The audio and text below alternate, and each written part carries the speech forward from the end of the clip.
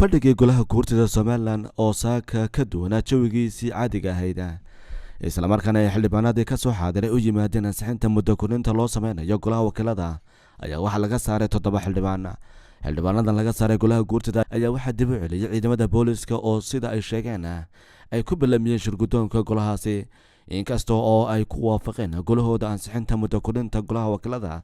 ay u sameeyeen saaka haddana waxa ay dhaliilo u jeediyeen gudoomiye Xildhibaan Maxamuud Aadan oo ay ku eedeeyeen in uu faragelin ku hayay guddigii ka soo talabixinta ee loo saaray ansixinta muddo kordhinta golaha wakiilada Somaliland. Xildhibaan Maxamuud Yaasiin Deega oo xubin ka ahaa 22 xildhibaan oo loo saaray talabixinta arrimaha muddo kordhinta golaha guurtida isla markaana ku jiray 7 xildhibaan ee saaka laga horjoogsaday in ay ka xaadiraan fadhigii golaha guurtida ayaa faahfaahin ka bixiyay sababta looga saaray 7 xildhibaan ee uu ku jiray. waxaanu xor u nahay oo xalaal u nahay golaha dhexdiisa iyo debadaba inaanu ra'yigayga nadiifta ah ka jeedin karo annagoon cidna kicinaynin cidna ku buuqaynin.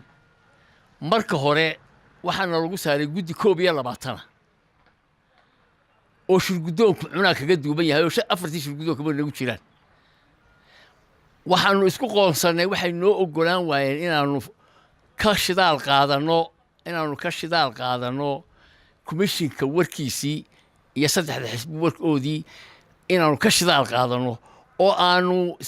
waxaanay noo sheegeen iyo sida wax ku qabsoomayaan inaanu ka go'aan inaanu faalayno ayaa la yiri gudoomiye Xildhibaan lagu yiri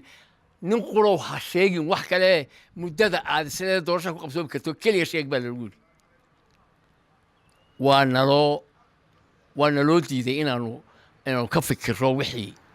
dabeedna waxaanu noqonay 22 nin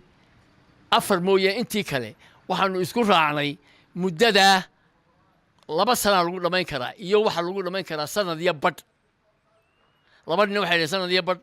8 waxaanu ku niri 2 sano.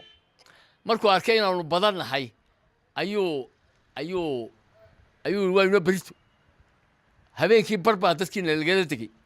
haddana wayno maalintii dambe oo ka badanay haddana wayno barito buuri maalintii dambe oo ka badanay haddana wayno barito buuri markaanu arag sidoo wuxuu wado 7 oo iskaga baxnay meeshii. waa xildhibaan Maxamuud Yaasiin ku eedeeyay gudoomiye Xildhibaan Maxamuud Aadan in guddigooda uu arrimahooda faragelin ku hayay intii ay fadhiyadooda u socdeen. aanu aragnay inuu nacaburinayo xataa wuxuu ku yiri waa gudoomiyaha حتى وحنا كوي مقرني سانيك الله يراهو شيخ النواقر القرآن كأي شيخ عبد الرحمن وحنا كوي أديك القرآن كاجا تون دوني مني وحبها فاضينا أمسو شيخ مسسنا أي كوكب سوميسة وسير لبا قولي فالقا وحويه أنا أقول مركه هوري وحلا أبوها نصبين ما يصير قدي دارو كم ذهين أي رأي يسوق قبلنا. mar la weydiiyay bal muddada ay iyagu ku taliyeen in loo kordhiyo golaha wakiilada waxa uu ku jawaabay badnay 2 sano 2 sano runtii 2 sano waxaan u sababaynay waxaan aan ku sheegay nabada ayaa qaban karin waxaan qaban karin diiwaangelintii saabiqaybsigii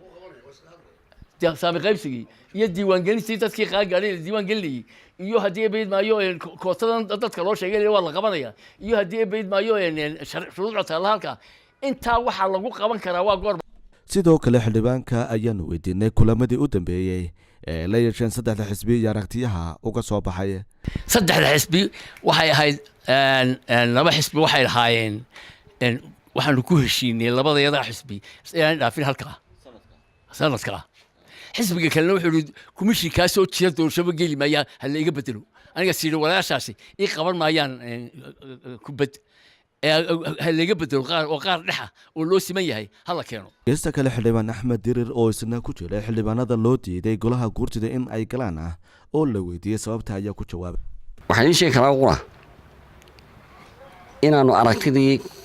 ku kala duwanaanay saaxiibadeedii kaleeto ee guddiga jiray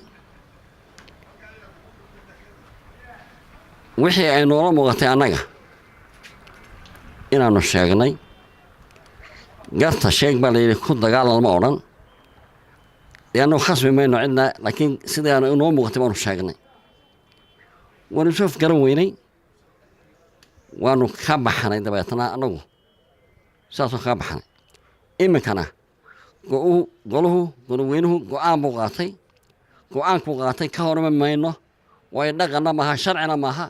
waanu ku raacsannahay tirada 7 xildhibaan ahayd sheegayso ee guddida ku jiray maxay u geli waayeen xarunta golaha guurtida oo ay ka dhacaysay codbixintu haddii waa hadal wanaagsan weeyaan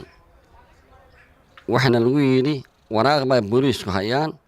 oo waxaa la yidhi yaanay soo gelin baa la yidhi annaguna iskumaanaa dayin inaanu khasab ku galno amarkii baanu qaadnay waa booliiska iska hormaan mayno waa qarankii weeyaan annagu qarankaanu u shaqaynaa dantiisa